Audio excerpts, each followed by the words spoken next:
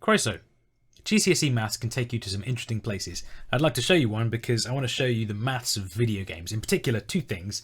Maths to play video games well. It turns out mathematics is really useful in many video games to analyse your strategy well. I'll show you a little example of that. And maths is incredibly useful, in fact necessary, to create video games. Video game makers are using mathematics, and not a lot of people seem to show you what that maths is. So I'm going to show you one tiny facet of one particular game and why it helps you play it well, this maths, and also why understanding the maths is necessary to build the thing. And there are thousands more examples of this. So this game is an old game now, actually. It's been around a long time in various incarnations. First released 1994. I used to play it in the late 90s when I was a teenager. It got re-released, big fanfare, in 2012, and then there was the last incarnation was 2016. It's called XCOM. XCOM Enemy Unknown, UFO Enemy Unknown. The latest one is called XCOM 2, and it's a strategic game where you're fighting off an alien invasion. And you have to take shots and shoot aliens, but also you're not doing it in real time, so it's not how quick you move your mouse, it's turn-based, so you have to make decisions every turn, and then the computer takes its turn. And it is an interesting game. I enjoy playing it, and I want to show you where the maths turns up in this. And in fact, I want to show you three things. First of all, why the maths helps you play it better. Secondly, how to generalize that maths to provide a strategy guide. And thirdly, why the video game designers had to do the maths to make this a good game. So let's look at the game first, and I want to show you the problem we're going to discuss in this. So here's the XCOM 2 game. In this particular version of a mission, I'm trying to get my little character who's in here. This is Leon, apparently. You see Leon skulking behind a few crates here to hide, because Leon is trying to get into a building over here. He's trying to rescue a buddy from in this building, which is shrouded in darkness at the moment. And it's raining and all that stuff. And it's a good looking game, even though it's quite a long time ago that it was made now. But the particular problem I have now is that I've dodged some of the guards who are floating around, but there's a turret over here. It's in my way, which is not going to move, and I need to get past it, so I need to take it out. So this is a kind of shooty game, but it's very strategic. It's turn-based. It's not, you don't have to sort of do it in real time, but you do have to make some decisions. And here's the decision I need to make. I could take a shot at this turret, and you can see from the data here and here that I've got an 80% chance to hit this shot. And for the rest of this discussion, I just want you to focus on, I just want to guarantee I get a hit to land on this turret. 80% chance, pretty good, although 20% chance that I'm going to miss, and that would be bad. Because I've upgraded this character though, I have another option, which is down here. It's called rapid fire, and that gives me 2 shots, but I get an aim penalty, so it's not going to be 80%, it's going to be 65%. And you can see that the shot accuracy is reduced. This is modelling what happens in the real world. If you try and take 2 shots, maybe your gun moves around. It's not being that clever, it's just very simply reducing the chance I have to hit, and it's reducing it by precisely 15%, but I do get 2 shots. So here's the basic question. Do I take 1 shot at 80%, or do I take 2 shots at 65% chance to hit each time? And the goal I'm working on here for the moment, to keep it simple, is I just want to maximise the chance of hitting at least once. 1 shot, 80%, 2 shots at 65% each. What would you do? Why don't you pause the video now and have a discussion about this, if you're in a situation where there's enough people to have a discussion about it, and then restart when you're ready to talk about which one you should do, actually, and find out why.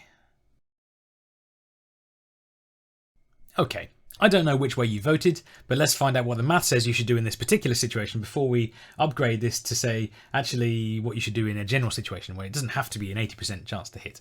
We should do some writing on this. The basic summary is that if you take a normal shot, there's no calculations to do, it's just 80%. So remember that. I'm going to write it as 0.8. That's the probability of hitting at least once. And that's all we're going to think about here. There are other things you might want to concern yourself with.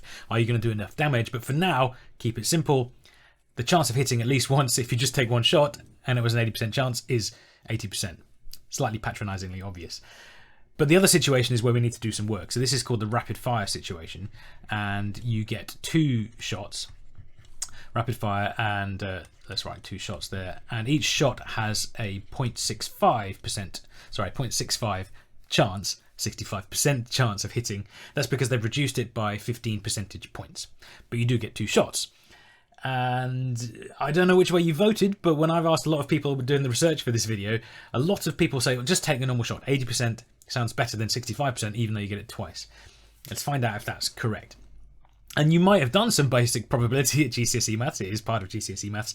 This is a classic situation where using a tree diagram will help. You don't have to use it. You can do this without drawing a tree diagram, but I'm going to show you why a tree diagram helps here, because actually we've got two shots or two events and they happen one after the other. Let's see what happens. So maybe let's give myself some space here. Let's say the first shot, I'm going to write on the left here, and one of two things can happen. Either you hit or you miss. And I'm going to write hit and miss once, and I'm going to abbreviate it to H and M without too much difficulty, I hope. The hit chance is 0.65 because you're doing this rapid fire thing and it's simulating the fact that you have slightly less accuracy if you're going to try and shoot twice. It's a very simple simulation, but that's how this game is doing it. That means you have a 0.35 chance of missing if I've done the calculation correctly. I think I have. And then I'm going to do a little tiny dotted line here because the second shot occurs, which you only get if you take this rapid fire thing, and you can again either hit or miss. And I'll do the same thing down here. If you missed first, you still either hit or miss. And this is the same probability for each of these branches as it was before. Actually, they're independent events, which is why they're not changing. And I'm going to be able to multiply along these trees, or these tree branches, just like you do in a normal tree diagram. This is the second shot. So what do I care about here? For the first situation, I just wanted to know the chance of hitting at least once. I could hit twice here, but if there's only a tiny bit of health to remove on this turret, then all I care about is just landing a shot. And you can see that that would occur in this outcome. There I've hit twice. In this outcome I hit the first one. In this outcome I've hit the second one. And it's only not going to happen in this outcome if I miss twice. So I could calculate these three, but to be honest, it's much easier to calculate this one and realise it's the opposite of that, the complement of that. So that's what I'm going to do, and luckily I've done all the hard work already. I just need to sort of follow this branch down. The two chances that have to happen to go down that branch are 35% each, so it's 0.35 times 0.35. Which I should get a calculator to do for me, because to be honest, these calculations are much easier with a calculator. 0.35 times 0.35 is 0.1225. 0.1225. But the thing I'm really worried about is not, I don't want to know the chance of my missing both shots. I want to know the chance of hitting at least one of them, which is the complement, as I said. So it's 1 minus that. It's 1 minus 0.1225, which is, I think, 0.8775. And that's our headline figure. That's the chance of hitting at least one of the rapid fire shots. And I invite you to compare it, if we scroll up, to 0.8 here. Which one should you do? If you want to maximize the chance of hitting at least one shot, you'll have an 80% chance if you just take one shot. And with this situation, two shots at 65%, you have an 87.75% chance of hitting at least one. It looks like you should do the rapid fire if that's all you care about. And well done if you voted that way. You want to see what happened? Of course you do. Here's what happened. We're spotted.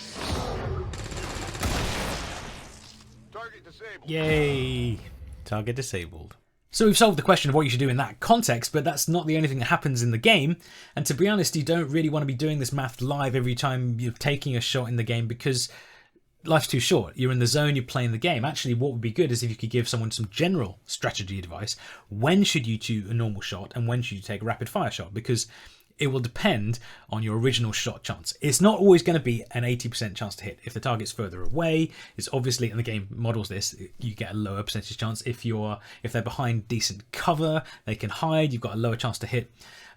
Maybe they're really close and you get a higher percent chance to hit. So what advice would you give in all of the other options you have? This is where we don't want to do thousands of calculations for each possible option at the start. We want to do one general calculation. This is important in mathematics, the idea of generalizing. This is why we teach you algebra. Let's do the tree diagram again. As ever, we've got two options, either normal shot, but this time I'm going to say the normal shot has an X% chance to hit. And I'll just write chance to hit. We're going to use that in our next calculation because the rapid fire will work off that. You're going to get two shots.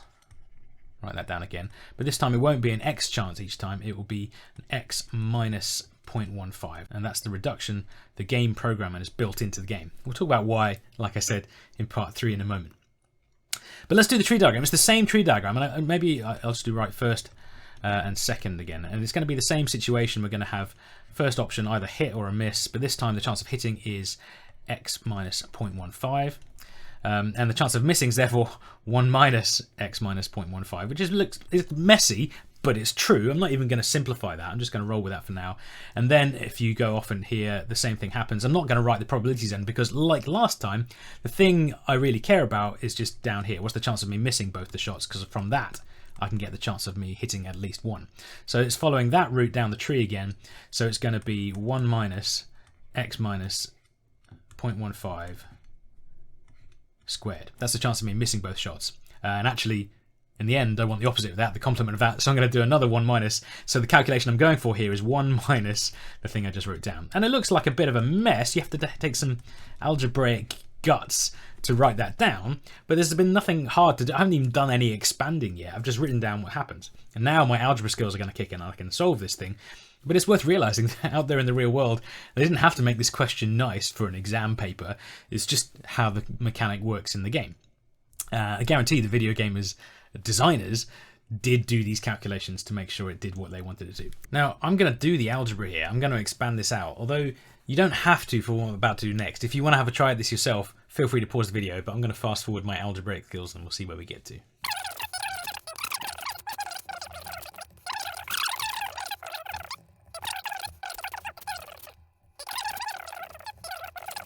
So that is my answer. Well, the answer to what? That is the chance of me hitting at least one shot in general. If the chance I have to hit the original shot before I do the rapid fire is x.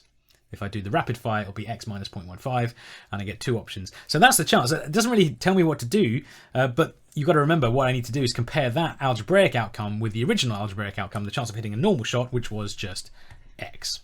So it's these two things. I want to know which is bigger to give me the best chance, and that's not obvious. I think it's going to depend on x, and that's kind of the whole point. So let's look now about how I can figure out which one of these is bigger and when. So here is a GeoGebra window. Any graph plotting software is going to be useful here. And I guess it's maybe an obvious point, but if you're designing or playing a video game, you don't have to do it under exam conditions. You can use software like this. It's exactly like just using your calculator when you need to. And this is going to give us also a visual way of seeing what's going on. What I'm going to do is plot the two functions we came up with. One of them was very simple. It's the chance of you hitting with a normal shot, and that's just x. It's just this variable. So if I plot the function x, it's the line y equals x. So let's see what that looks like. Here it is. Well, let's make this a more obvious colour. I'm going to make that blue. Okay, so this is our normal shot chance. Now it's a probability. It should go between 0 and 1. So actually, let's just change this. There's a function command here to say go between 0 and 1. And then we've just got the line existing like that, between 0 and 1. It is the chance of you hitting your shot. What we really care about is the complicated one, the quadratic one, which is the chance of hitting at least one of the rapid fire shots if you do rapid fire. And I'm going to write that down. Let's call it g of x. In the original, I don't need to expand it out. I could just write down the original version before we did any of the algebra. So 1 minus, what was it? 1 minus brackets x minus 0.15. That's the 0.15 reduction. And that bit gets squared. And there you have it. And look, it is a parabola. It's a quadratic, and it does cross the blue line, which means at some point, is this one red? I'm going to make it red. I'm a little bit colorblind, so I'm never quite sure what I'm looking at. So let's just go with red, and then no one's going to complain. The red one is rapid fire, blue for a normal shot. Again, we've got a problem that it's going beyond, that you don't get probabilities beyond 1. So let's just limit this one in the same way as I did last time. I'm just going to write this as a function that goes between 0 and 1. And you can see that the red one is above the blue one, which is kind of what I wanted to know for certain values, but not always. So the first important point is that we did this for 80%. And you can see that at 0.8 here, let's zoom in and make the most of this graph. At 0.8, 80% chance, you can see the red line is indeed above, and we calculated 0.8775, the chance there, which is about right here. And that's backing us up. At the 80% shot chance, you should take rapid fire if all you care about is hitting at least one of them. And it looks like there's quite a large region between this point here and this point here where the red curve is above the other one, indicating you should take the rapid fire. And if you want to know what those exact numbers are, you could use graph plotting software and zoom in on it, or you could do some GCSE maths and solve the quadratic. In fact, I'm going to go do that really quickly. I'll do it on fast forward. Well, you're welcome to have a try at doing this before I do it if you want to pause the video now.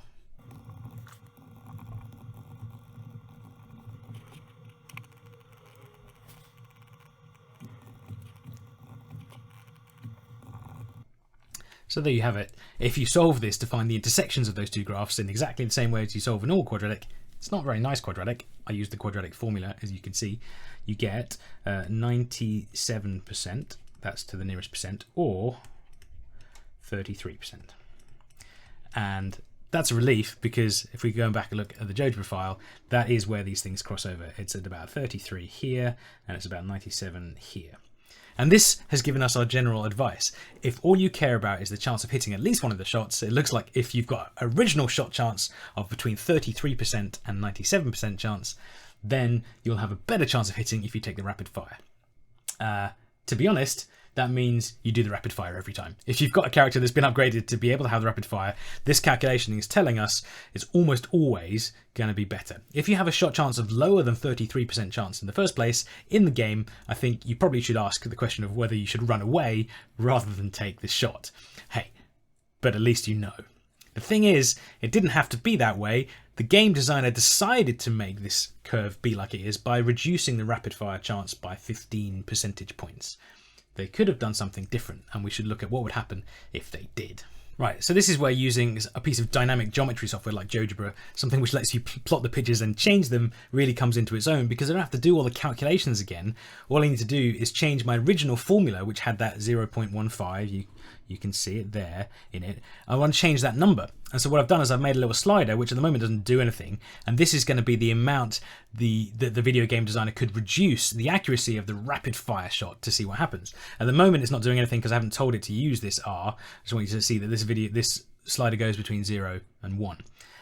They designed it to be 15%. I'm going to leave it at 20 or 0.2, 20%, and change the original formula here to, instead of reduce it by 0.15, we reduce it by R. And it's going to change the pictures that we drew like this. There you go, that's the new function. And if I slide this around, you can see the red curve moves. It's actually just sliding things up and down here, but let's go back to the original. 0.15 was where we were there. That was the original curve we just had. If, say, the game designer had said, well, I think you should have a 20 percentage point reduction if you take rapid fire, it would have looked like this. And you can see that the bounds between when you should take the rapid fire when the red curve is above the blue one are slightly tighter. But if this makes quite a lot of sense. If you make no penalty for having rapid fire, then the red curve is always above the blue curve, and you should always do rapid fire. That's obvious because you're getting 2 shots instead of 1 shot, and everything else is the same. But if you'd made the reduction really large, I don't know, maybe up to 30% here, then you see the red curve is never above the normal shot blue curve, which means you should probably never use rapid fire if all you care about is just landing one of the shots. And that would be a rubbish game, because you've got this upgraded character with this skill called rapid fire, and you basically never want to use it. So they had to choose carefully. If you make it too good, rapid fire, you're always going to use it. There's no interesting decision to make. And if you make it too much of a penalty, you're never going to use it. And that's not an interesting game either. The games that you play are interesting if you have to make interesting decisions in how to play them. And they had to do the maths to figure that out. So they've settled on 15, which you can see is sort of that sweet spot between. You don't always want to use rapid fire, although to be honest, this graph tells me that you do, kind of almost all the time, unless you've got a really rubbish chance or an absolutely guaranteed shot, in which case, I mean, that rarely happens. So actually, my verdict here is that the game designers had to do the maths. This is a good game because they did the maths, but they could have done, in my opinion, something slightly better, because if they'd made the penalty, let's say it was 20%. This way, the curves are a little bit closer, and you can see you start being told by this curve to use rapid fire above about 50%, and it sort of crosses off again here about I don't know, 89% or so, or 91%, something like that. And I think this is slightly better. Maybe that makes this more strategic. The point is, they had to think about this maths. And actually, we're solving a quadratic inequality. It's nice to do this in a graph plotting software where you can see it. To be honest, doing it by hand is what you have to do in the exam, in order that you understand how to do it the nice and efficient way when you're outside in an exam situation. But there's a lot of maths going on here. Let me quickly summarize. I showed you basically there's a mathematical decision on should you take the shot or should you take rapid fire in any one circumstance. Do a tree diagram, get the numbers right. If you do the algebraic version, you can understand the advice in general. You say, well, when should I take normal shot and when should I take rapid fire? And then if you think backwards about how they designed it, we had to use some maths to figure out why they chose to reduce the shot accuracy by 15 percentage points. It's because it's in the middle. It's not too good and not too much of a penalty to make the game interesting. And that's what makes a good video game. It's not just the maths, it's how the mathematical decisions affect the psychology of the player. And if you don't think about both of them, you're not going to make a good game. So we've looked at the maths involved in a tiny facet of this particular video game, and it's the maths of the strategy. Should you take that shot or should you take the other option? And we've looked at how the video game designers had to think about the maths in order to make it a good game. Every video game, in fact every game or anything that's been created by people who are paying attention, they've probably done some mathematics to make it work well. And in this case for games, it's important for them to have thought about the psychology of the decisions you have to make in playing the game, and they need the maths to do it. What I recommend if you want to do this sort of thing in the future, make or play video games, then just keep your eyes open. Have a look at your favourite video game and look or think about how mathematics would have been used to design the thing. And I guarantee you, even if it's not a turn-based strategy game, there's a lot of maths going on. Even the maths of how do you make things look good on computer graphics is seriously mathematical and a different sort of maths from what I've been talking about. But I hope you recognise that GCSE maths can take you to some interesting places. And actually, the things you'd study if you take maths a little bit further and look at it for A-level. In Wales, you have a choice to do an A-level in mathematics. There's also an A-level in further mathematics. And more of the skills that get taught in that course can get used a lot in video game design. I think you should also check out the other videos in the FMSP Wales series on interesting parts of GCSE maths. You can also see videos of me building things in GeoGebra quite often, like I did here on my own channel on YouTube called Sparks Maths. But for now, I'll leave you till next time. So good luck with the GCSEs. See you next time. Hoyle.